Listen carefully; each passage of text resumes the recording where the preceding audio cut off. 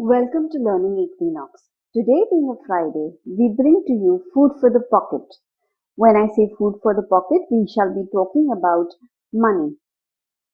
We'll be talking about ways in which you can make your money work as hard as you do. We shall be talking about getting that extra income which gives you different opportunities at different points of time. It could be through investment. It could be through uh, even reducing your debt. Debt management is also a part of money management. Having said this, there could be, when you're talking about mainly investments, it involves a lot of understanding about financial statements. It includes technical analysis, how you need to make the choice of the various investments, which investment is best suitable. All of these and a lot more in the upcoming videos every Friday. So if you have not yet subscribed to our channel, then please subscribe to our channel and do hit the bell notification on so that you get latest updates on our upcoming videos. Now coming to today's topic. Today, being the first day, we shall try to keep it very simple. We shall talk about money. So what is money? In my view, it's a simple tool. Most of us have smartphones, almost all of us have smartphones. We make use of the smartphones in different ways. Not everybody uses the smartphone in the same fashion. Some may use it for gaming and internet, some may use it only for calling purposes. Others might use it for shopping and using apps, shopping apps and all of that. Some may use it for reading ebooks and watching educational videos. Some may want to just have it for entertainment, listening to music and watching entertainment videos. So everyone's purpose is different. A mobile phone is a tool and how we make use of it is different. So everyone makes different use of the same instrument. Thus, it's a tool. Same is the case with money. Money is also a tool that is available to you. What you do out of your money is what makes you wealthy or non-wealthy. So you need to understand your savings and consumption pattern to understand how you can expand or grow that money. For understanding that, the first thing that you need to do is to make a list of all the things that you do in your consumption, in your what do you consume, where do you spend your money.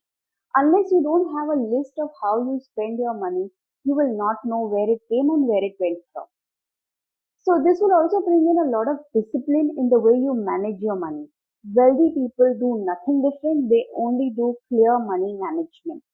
And what is this money management? It's nothing but planning and budgeting your savings and investment patterns. How do you do that? How do you analyze this? How do you know what is coming and where it is going to?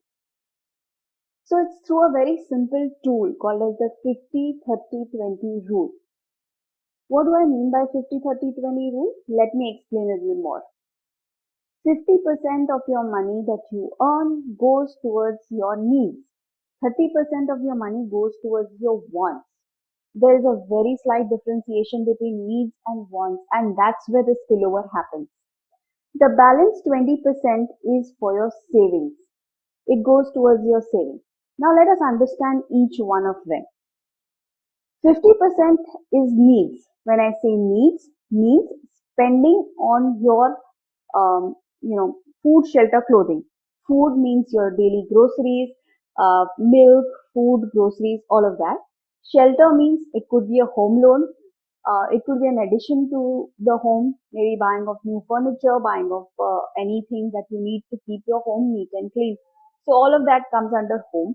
And clothing, the basic clothing that you need for your work and at your home. So just the basic ones. I'm not talking about white goods like air conditioners and washing machines. They are under the want category, not the need category. So it's very important that you draw that thin line between need and want and make it very clear. The next bucket that we will be talking about is it 30%. The 30% is towards your wants. What are these wants? Wants are nothing but small inconveniences. So if they are not there, then yes, you do feel little inconvenient. If they are there, they bring in a lot of convenience in our lives. Now, want could be anything like I mentioned, white goods. It could be maybe an entertainment thing like a Netflix membership or an Amazon membership. It could be things like, so these are not needs. You can still do without them. But yes, they give you a good lifestyle, dining out, parties, night outs. These are all wants. You want all of that, but it's not a need. You can still eat at home and not dine out because these are where you're major shopping for unnecessary, a lot of clothes and all of that. Okay, so all those come under your wants. I want this, I want that. That's where the want category can be defined. So 30% goes towards your wants. Here I will also include hobbies in your wants. Why do I say this? It's not bad to have a hobby, but yes, it's not a need. You can still survive with it. But yes, practicing your hobby does give a sense of achievement, does give a sense of satisfaction. It makes you happy, it makes you relaxed. It is important. It falls under the 30% bracket because it is still not a need. Now coming to the third category, that's the 20%. That is your savings. When I say savings, it means saving for your retirement, saving for your loans, to pay off your loans and debts that you have incurred during the need and the want stage, and your investments. That is actually saving your money for the future. You'll ask me that where will I put health insurance, medical expenses? All of that becomes needs, especially when you're only the breadwinner in the family. And let's say you've got aging parents, all those medical expenses are a need, or that health insurance premiums are a need because these things are regularly required to sustain a stable lifestyle. So all those will also come under needs. Once you are able to, now when I talk about money, that is not your direct gross income, but your gross income less the taxes that you pay. So your net income. Your net income you need to divide into this 50, 30, 20 category that I just explained. So let's say, and you do this every single month. So you list down what you have spent for your needs, what you have spent for your wants, and what you have spent for your savings. When you categorize in this fashion, it will be clearly visible to you where your money is going. Many a times you will see that your wants have become so much in the 30% that your 20% is completely going in paying off your debts. Or at times you're also including from the 50% in this 20% just to pay off your debts. Analyze this. Is it so that your wants are exceptionally high? Is it so that you're not able to save at all? These are the gray areas where you need to see. Needs will remain, and majority of the people cannot change that category because those are needs. But again, what have you categorized as a need and a want is very important. The earlier you start doing this in life, the better it is for you because it brings in a lot of discipline and it gives you a lot of goal and a focus in life. So the more you earn, the more you save. So that willing to save and that willing to get more of your wants and also save and pay off your debts, it's important. Let's say you have got a bonus. Okay, that's an additional income. After your taxes, you get an X amount. So you get a bonus amount. So you see, okay, fine. In my wants category, I have to buy this air conditioner for my house, let's say. It's a want. It's not a need.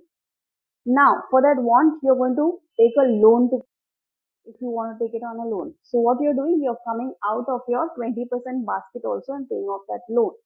So your want is sitting in the 30 and the 20% bracket. In your 20% bracket, are you compromising on anything else? Why I said hobby in wants. Let's say you have a hobby and you are putting in time and money in that hobby. That's great because it's going to yield you benefit for the future. It's great if you utilize the 30% for that rather than going out and buying or an air conditioner. So that is how it will help you understand your savings pattern, your expenses pattern. This is how you make use of the 50, 30, 20 rule to plan your money, to manage your money. Now, this is nothing new.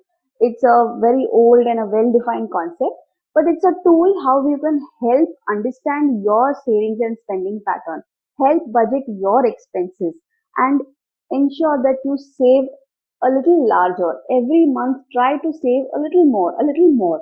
And as that little more starts growing, we will look at how you can invest, what are the opportunities available, and so on in the coming videos, which we will talk about.